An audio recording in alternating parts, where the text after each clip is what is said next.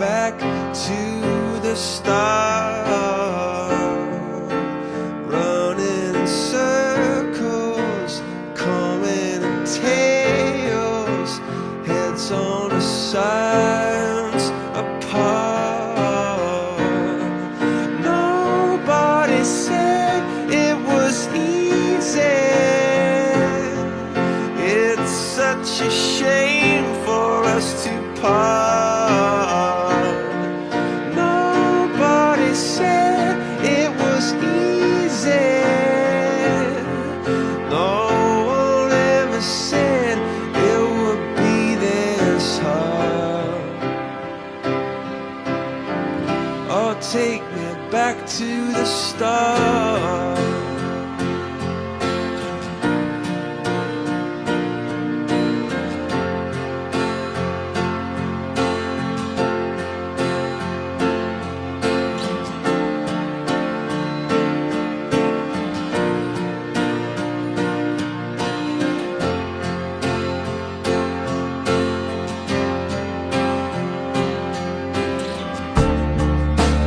I was just guessing at numbers and figures, pulling the puzzles apart.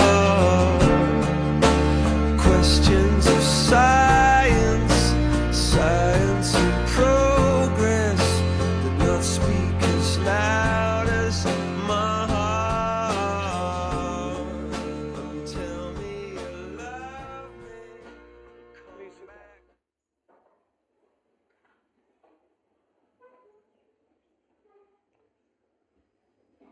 Good afternoon to everyone, and here, and everyone indeed, from various parts around the world who are watching this ceremony on live stream. So to them and to you, a very good welcome. We are here today with a sad but hopefully uplifting purpose of remembering and celebrating the life of Raymond Harold Reginald Whitcomb.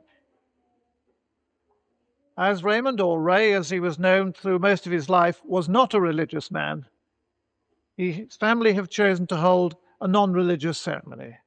But whatever your views, be they religious or otherwise, you are all very welcome here today as we share in this act of remembrance for Ray in our various traditions.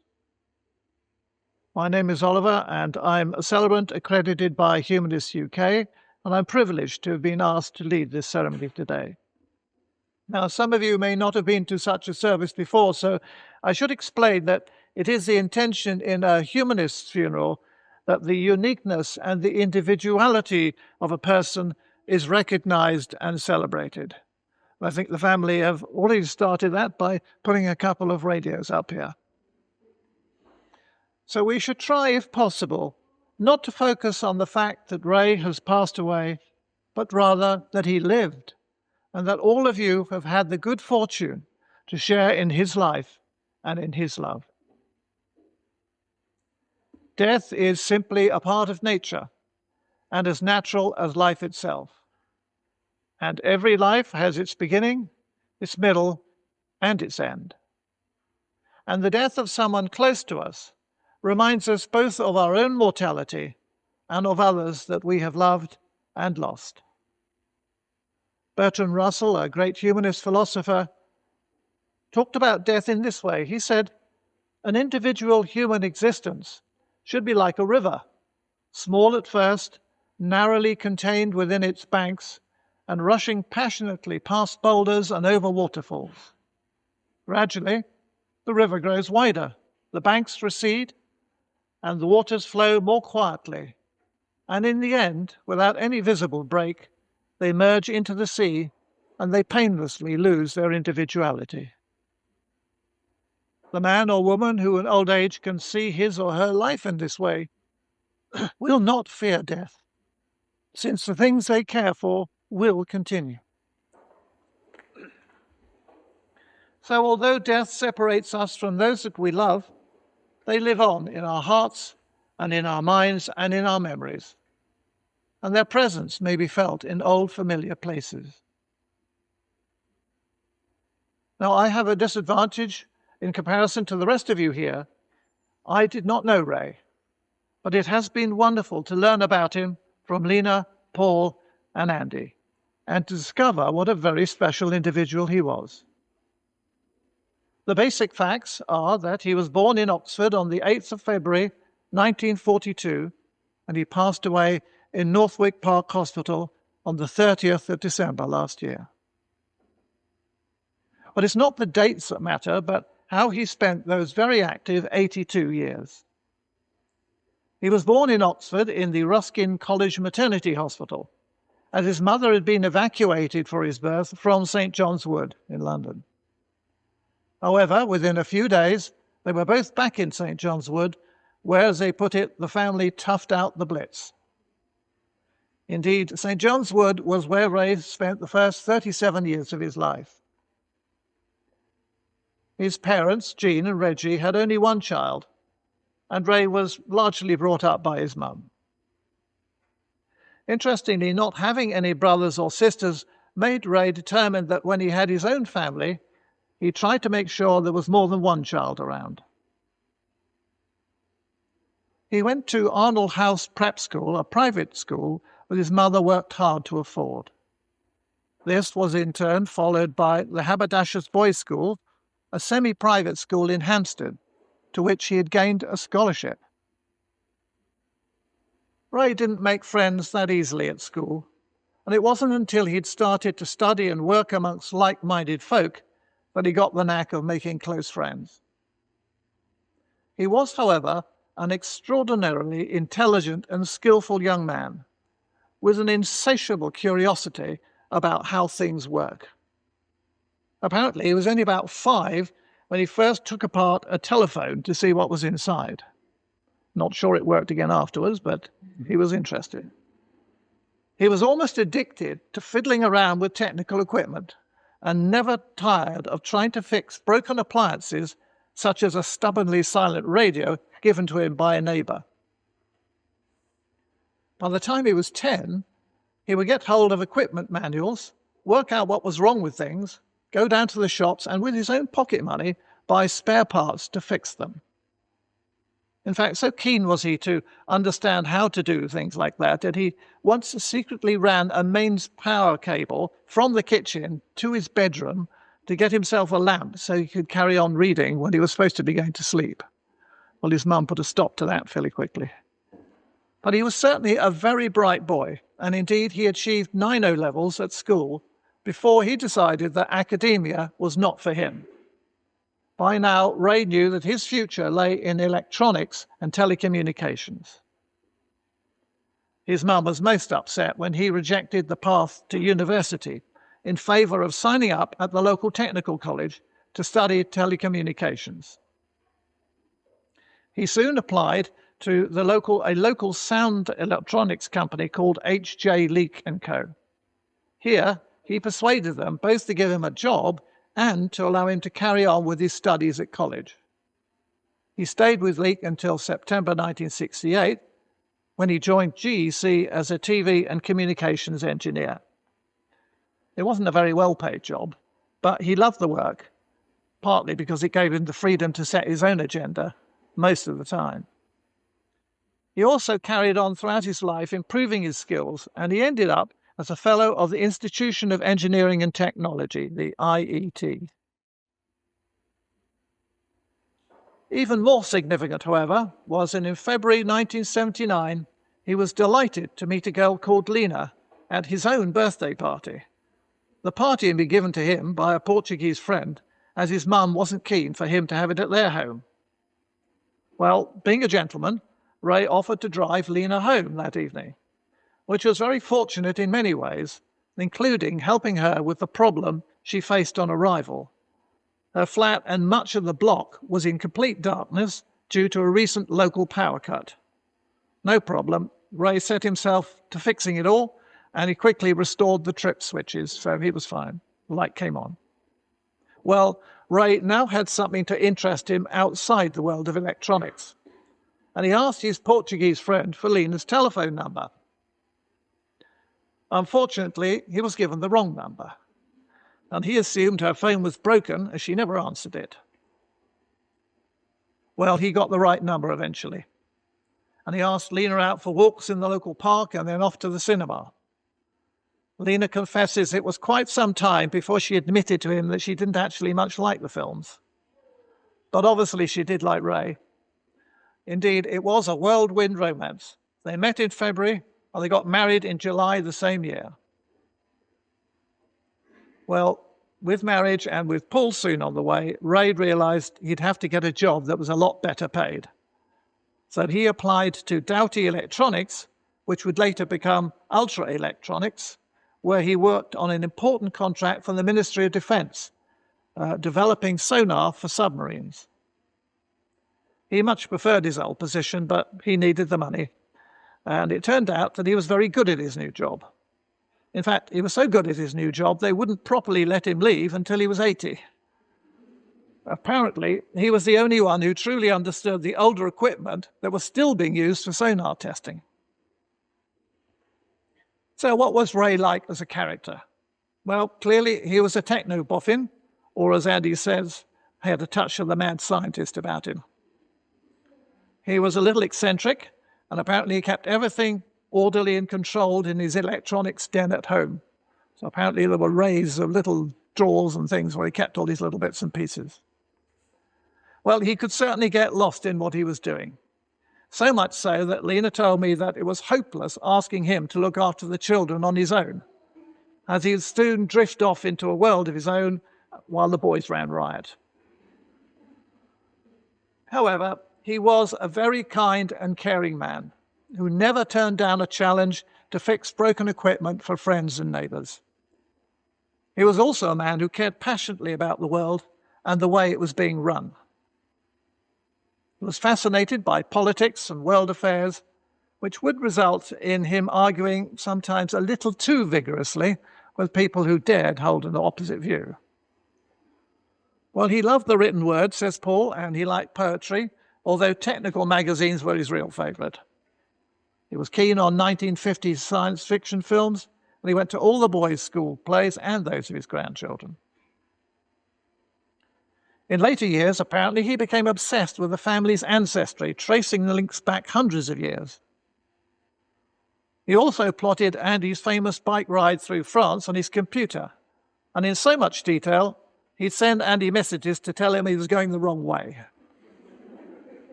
Now, Ray had not been a frequent visitor to doctors for much or indeed most of his life, so Lena was very surprised and upset to find him looking distinctly unwell in his office on Sunday, the 29th of December last year. She called in Andy, who was nearby, and together they decided to phone for help. When the ambulance arrived, Ray characteristically refused to be taken in a chair and insisted on walking to the vehicle. At the hospital, however, he was diagnosed with severe pneumonia and shortly afterwards had a cardiac arrest. And he passed away with Lena and Andy at his side. We're now going to hear from Paul, who's going to speak to us about his dad.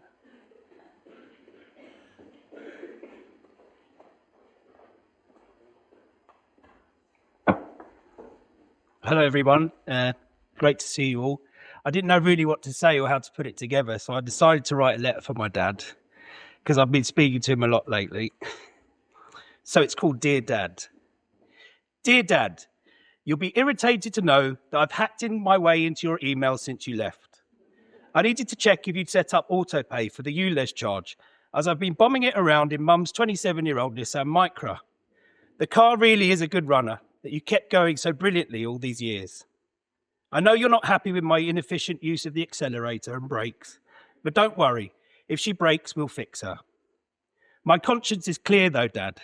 I figure we owe you a hack or two, especially after the time you wiretapped the landline phones at home and recorded Andy and his buffoon mates getting up to no good.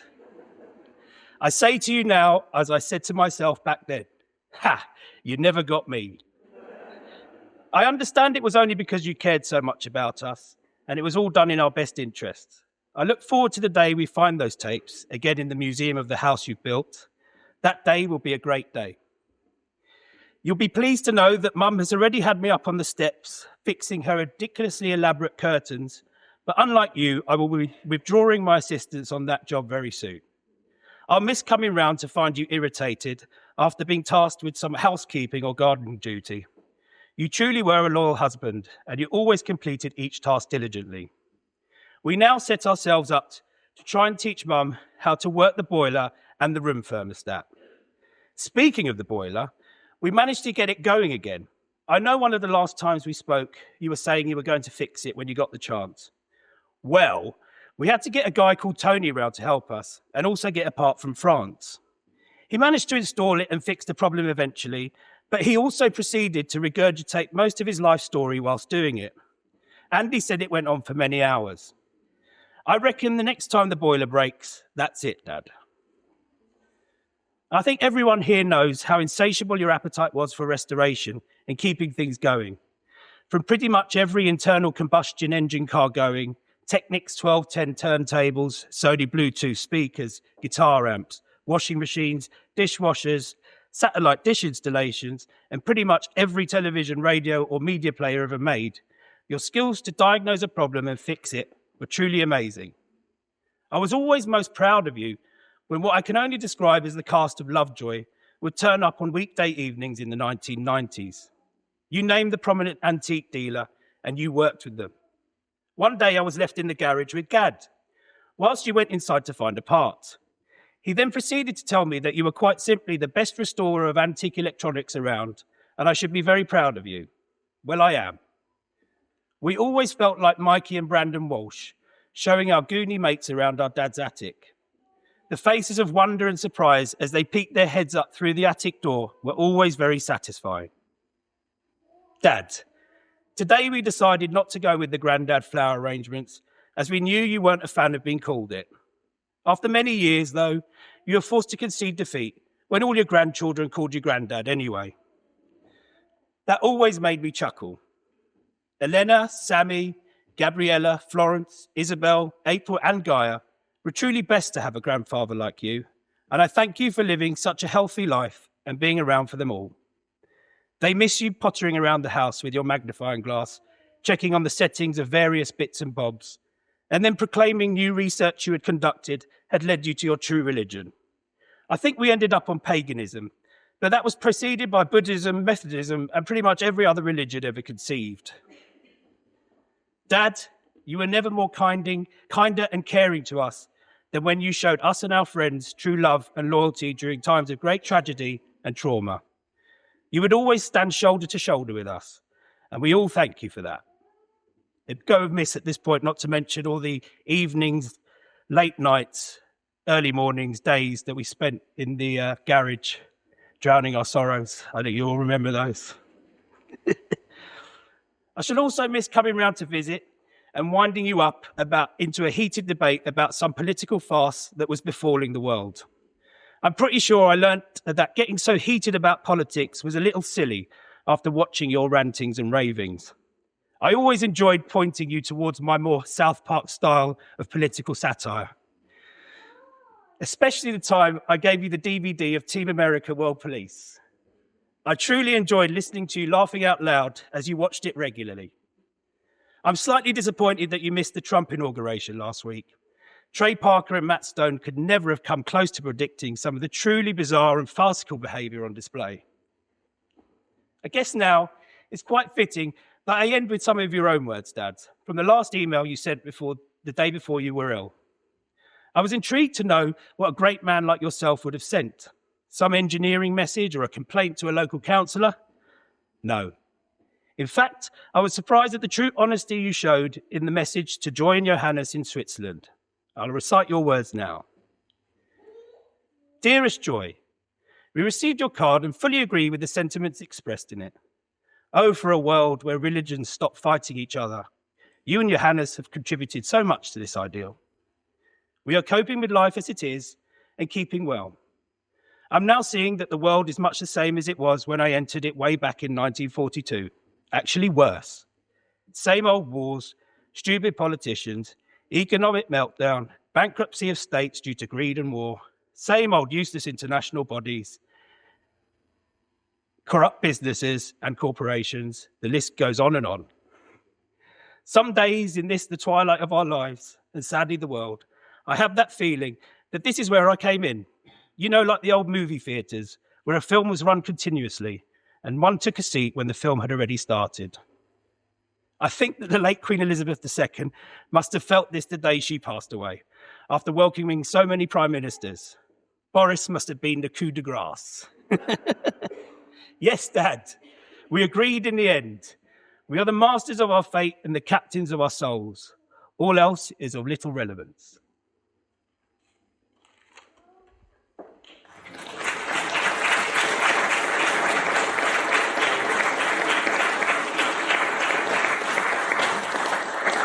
Thank you, Paul, for those very special memories. Now, Eleanor is one of Ray's granddaughters, is going to read Invictus by William Ernest Henley.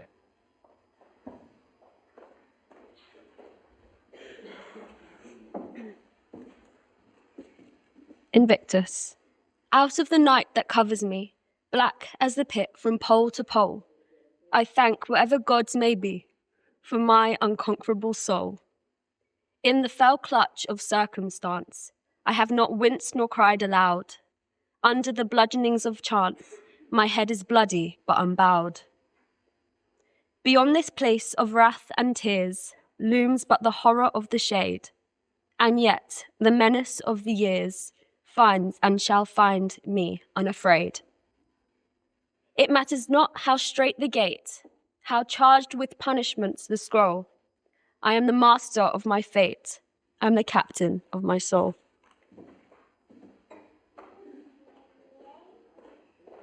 Thank you, Eleanor, for that very stirring reading.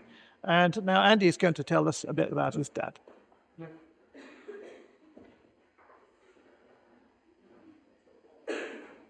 Hello, everyone. Thank you so much for coming. It means a lot. I'm winging it a little bit, so just I'm just going to do the best I can. I'm going to tell you a little story about Dad and the mad science. So my friends and I were playing football in the park, and we were in our late teens, and we went around to the garage. So we went to the tradesman entrance, which me and Dad called it, which is around the back, the alleyway. So we walked around there. It was just a normal day, and we got the roller shutter. So I put the key in the door, and I went around. And Dad's standing there in his white lab coat, and he's got his safety goggles on. And he's like, "Stand back, boys. This is effing dangerous." And he just flipped this switch, and he made this object. I can only describe it as like a triangular thing made out of like long matchsticks, and it had tin foil around it. So it was just on the table in the middle, and it had a massive cable going to it, which was going through a transformer, which means it was very dangerous and probably highly illegal. This thing started levitating in the middle of the garage, and we all just were diving for cover because there's sparks, and the noise was frightening. It was like, and then he just flicked the switch down, and this thing went, and I was like, "All right, Dad?" And he was like, yeah. "What do you think, Andrew?" I said, "I think there might be something wrong with you, Dad." And anyway, it transpires that it was something to do with NASA, magnetic fields, and space propulsion. But that's why we loved him. That's why we still love him. That's why we'll always love him, because he was a legend. And in the words of Hunter S. Thompson, there he goes. One of God's own prototypes, not even considered for mass production. Too weird to live, but too rare to die. Raymond Harold Reginald Whitcomb. You're a gentleman and a scholar. I salute you, kind sir. Goodbye, Dad.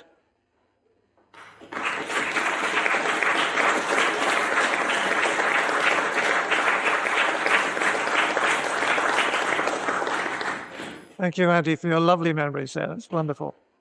And now Florence, another one of Ray's granddaughters, would like to say the Our Father. So I'd like to come up and do it from here. Please do join in with her if it's your tradition.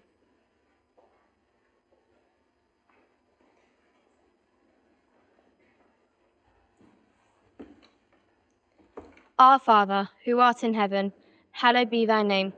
Thy kingdom come, thy will be done, on earth as it is in heaven. Give us this day our daily bread, and forgive us our trespasses, as we forgive those who trespass against us. And lead us not into temptation, but deliver us from evil. Amen. Rest in peace, Granddad.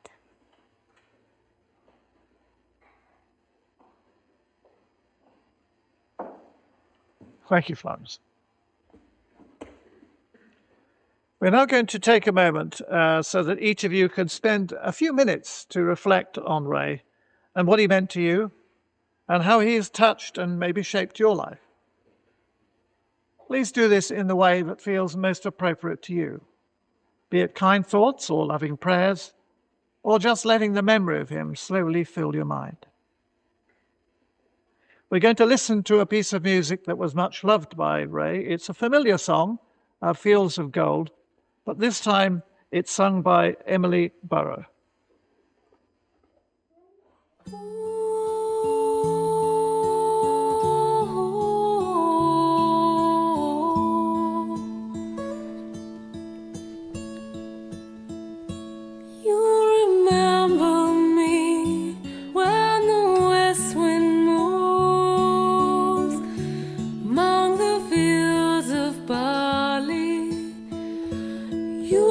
Tell the sun in his jealous sky when we walked in the fields of gold. So she took her love thought to gaze a while among the fields of barley. In her arms she fell as her hair came down.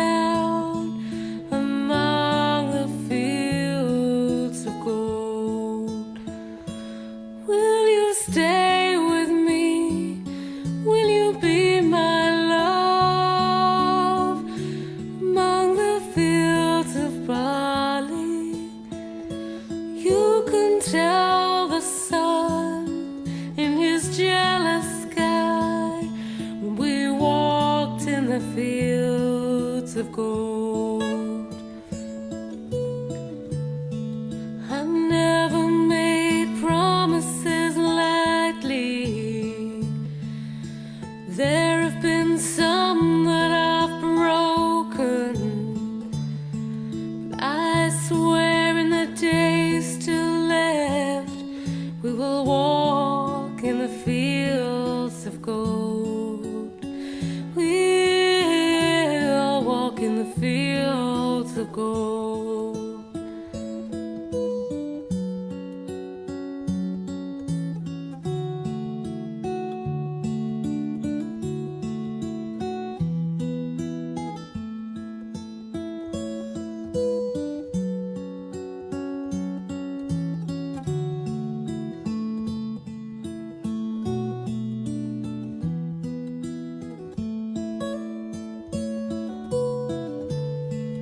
I never made promises lightly. There have been some that I've broken, but I swear in the days still left we will walk in the fields of gold. We'll walk in the fields of gold.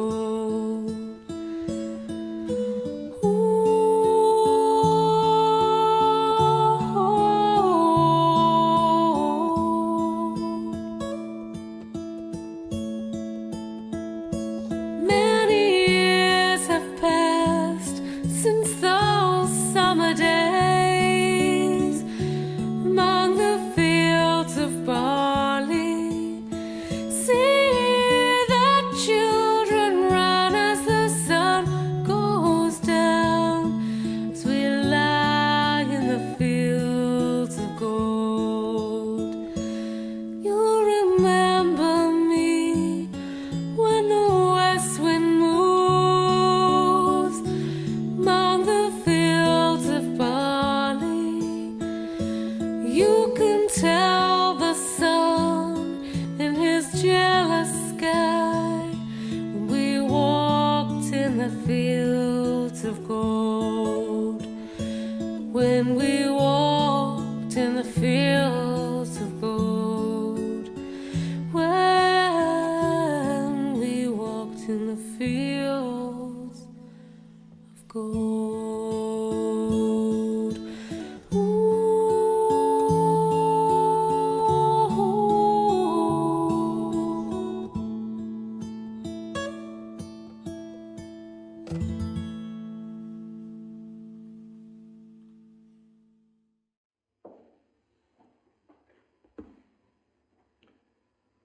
This is a moment when we say our last goodbye to Ray, so if you're able, please stand.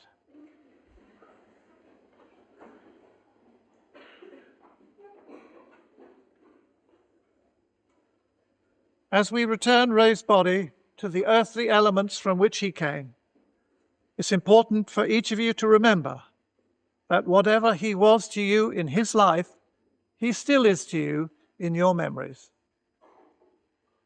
Although Ray is no longer with you physically, all of the influences he's had upon your life and on those of so many other people remain and will continue to be an influence on what you do in the future.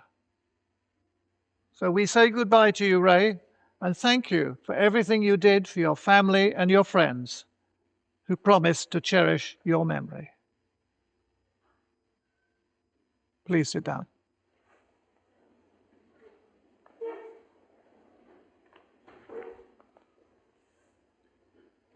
Thank you for attending today's ceremony to pay your respects to Ray and to give your support to each other.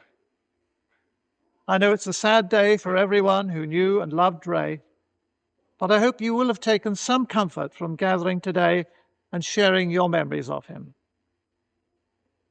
Now is a time for friendship and for family. It's a time to come together and to share the love and the affection that makes life better and makes grief just a little easier to deal with.